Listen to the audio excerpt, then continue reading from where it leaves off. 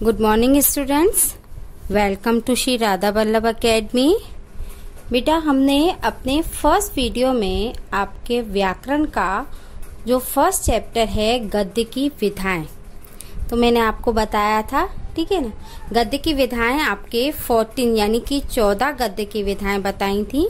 उसमें मेन जो हैं वो 5 विधाएं हैं: निबंध, कहानी, एकांकी, नाटक और उपन्यास। बाकी जो विधाएं हैं वो सब लघु विधाएं, जैसे संस्मरण, रेखा चित्र, यात्रा वृत्तांत, जीवनी, आत्मकथा, रिपोर्तार्च, डायरी लेखन, भेंट वार्ता और पत्र साहित्य, ये इसकी लघु विधाएं हैं। तो मैंने जो आपकी मुख्य विधाएं थी उसमें निबंध और कहानी का विस्तार पूर्वक वर्णन बताया था कि निबंध क्या होता है, कहानी क्या होता है, कहानी के तत्व बताए थे, निबंध और कहानी का विकास क्रम यानी कि वो कैसे कैसे आगे बढ़ा, वो सब मैंने आपको बताया था। आज हम गद्य की तीसरी जो मुख्य विधा है एकांकी। एकांकी, जिसे शब्द से ही समझ में आता है, एक अंक वाला दृश्य काव्य यानी देखने वाला, ठीक है। तो ये जो है ये दृश्य काव्य विधा है एकांकी। इसमें किसी एक घटना या एक कथा को सीमित पात्र यानी कि बहुत कम पात्रों के माध्यम से प्रस्तुत किया जाता है। देखो, किसी एक पक्ष को जब हम प्रस्तुत करते हैं तो उसमें ज्यादा पात्र भी नहीं होते हैं, तो उसमें वही 2-3 या जितने पात्रों की आवश्यकता होती है, कम से कम उन पात्रों की सीमित पात्रों के माध्यम से एकांकी की जो घटना है या कथा है उसका दृश्य दिखाया जाता है। एकांकीकार के द्वारा एक सजीव प्रधान सृष्टि करना चाहता है। जो एकांकीकार है वो एकांकी के द्वारा एक सजीव यानी कि जो मतलब जीवित है ना, सजीव प्रभाव मतलब जीवित जो प्रभाव दिखाना चाहता है उसकी सृष्टि करना चाहता है। एकांकी शैली में संक्षिप्तता तथा गतिशीलता रहती है। छोटा होता है, जो एकांकी का जो रूप है वो संक्षिप्त यानी छोटा होता है।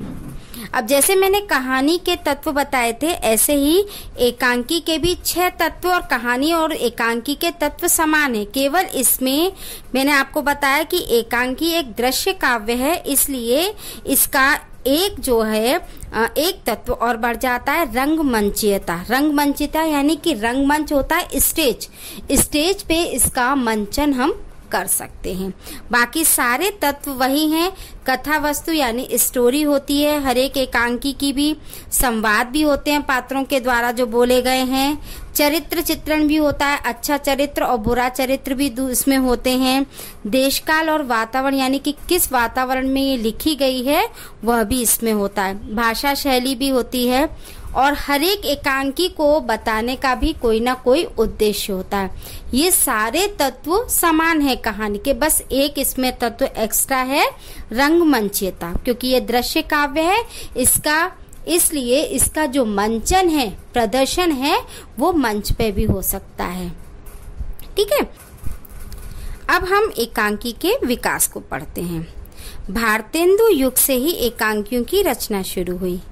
इस काल में भारत दुर्दशा, धनंजय विजय, विश्व औषधम, अंधेर नगरी आदि एकांकी लिखे गए। इसके पश्चात एकांकी विकास क्रम में भारतेंदु युग के बाद जयशंकर प्रसाद का एक घूंट महत्वपूर्ण रचना थी, वो प्रदर्शित हुआ।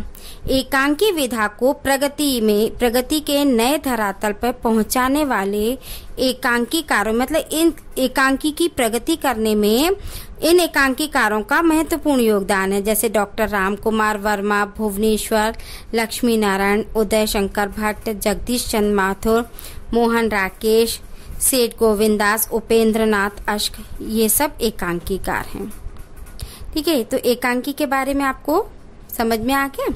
चलिए, अब अपनी 4th वाली है नाटक। नाटक भी एक दृश्य काव्य है। ये अभिनय होता है यानी कि इसमें मतलब अभिनय किया जाता है। नाटक पढ़े या सुने भी जा सकते हैं, किंतु पूर्ण आनंद अनुभूति के लिए इसका अभिनय देखकर ही किया जा सकता है। नाटक जो है वो पढ़ भी सकते हैं, लिख भी सकते हैं, सुन भी सकते हैं, लेकिन इसका जो पूर्ण आनंद हमें अगर प्राप्त होता है तो वो उसके अभिनय को देखकर ही होता है। संस्कृति साहित्य में नाटक विधा का गौरवपूर्ण स्थान है। हिंदी नाटक परंपरा संस्कृत की नाट्य परंपरा से अत्यधिक प्रभावित रही है। नाटक के भी 6 तत्व हैं। इसके पहले कथा वस्तु, चरित्र चित्रण, उद्देश्य, संवाद, देशकाल और गीतात्मक। इसका एक अलग है गीतात्मक, ठीक है।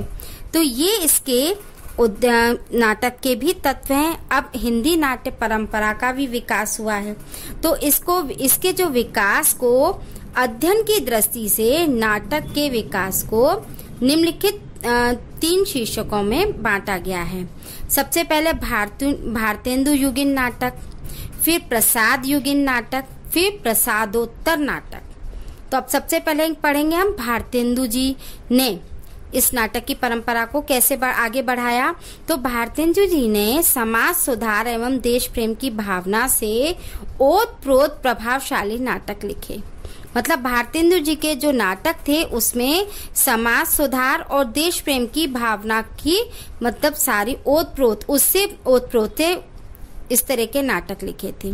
उनके मौलिक नाटक में वैदिक हिंसा न भवति, प्रेम जोगिनी, भारत जननी, सत्य हरिश्चंद्र, भारत दुर्दशा आदि उल्लेखनीय हैं। ये भारतेंदु जी के नाटक हैं। कुछ ऐतिहासिक नाटक भी लिखे गए हैं, जैसे जगन्नाथ चतुर्वेदी लिखे गए। जगन्नाथ चतुर्वेदी, प्रताप नारायण मिश्र, गोपाल राम गहमरी, वियोगहरि मिश्र बंधु आदि अन्य प्रसिद्ध नाम हैं, ठीक है। इसके बाद अब अपना सेकंड युग आता है प्रसाद। देखो, हरेक जो आपका उसका युग का जो नाम लिखा जाता है उस युग को आगे बढ़ाने वाले नाटककार या कहानीकार या एकांकीकारों के नाम पर लिखा रहता है। अब इसमें सेकंड है प्रसाद युग। तो प्रसाद युग में नाट्य विधा में युगांतकारी परिवर्तन लक्षित हुआ। इस युग के नाटक ऐतिहासिक के साथ साथ प्रबल राष्ट्रीय भावना एवं उदात्त सांस्कृतिक चेतना को भी प्रकट करते हैं। अब जयशंकर प्रसाद के नाटकों की भाषा, प्रसाद युग है इसलिए यहाँ पर कौन आ गए, जयशंकर प्रसाद। तो जयशंकर प्रसाद के नाटकों की जो भाषा ओजमयी एवं प्रवाहपूर्ण, ओजमयी का मतलब होता है जिसमें व्यक्ति में उत्साह पैदा करने वाली भावना आ जाए। तो इनके प्रमुख नाटकों में सज्जन, कल्याणी, परिणय, राज्यश्री, विशाखा, स्कंदगुप्त, ध्रुव सामिनी आदि हैं। इस युग में लक्ष्मी नारायण और भी बहुत सारे इसके नाटककार हैं, जैसे लक्ष्मी नारायण मिश्र है, सेठ गोविंद दास है, बद्रीनाथ भट्ट है, आचार्य विशंभर नाथ शर्मा और गोविंद बल्लभ पंत। बहुत सारे सराहनीय योगदान है इन नाटककारों का इस युग का। अब अपना तीसरा जो नाटक का है प्रसादोत्तर युग। ये भी नाट्य साहित्य के क्षेत्र में परिवर्तन का युग था। यह परिवर्तन वस्तु, प्रकार और रचना शैली में भी दृष्टिगत यानी देखने को मिलता है। नाटक की अन्य विधाएं जैसे एकांकी, गीत, नाट्य, प्रहसन, काव्य रूपक आदि भी अब प्रमुख रूप से लिखे जाने लगे। इस युग में पुरानी परंपरा और रूढ़ियों का खंडन कर नए समाज के निर्माण का संकेत मिलता है।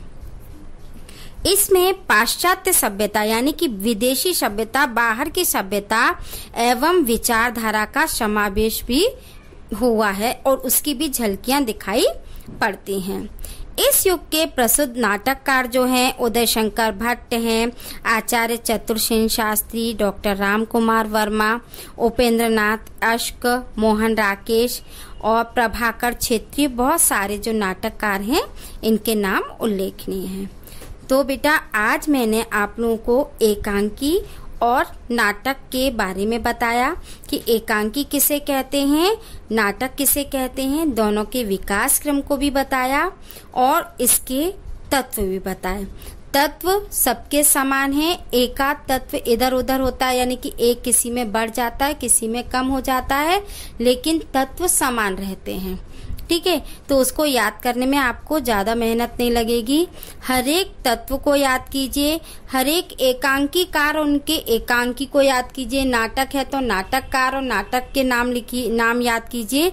इन्हीं में से बीच बीच में से आपके छोटे छोटे क्वेश्चन बोर्ड एग्जाम में आते हैं। तो हर एक जो विधा है आपकी गद्य साहित्य की, उसको बहुत ही सूक्ष्मता से आप पढ़ेंगे और उसका अध्ययन करेंगे। Okay, thank you.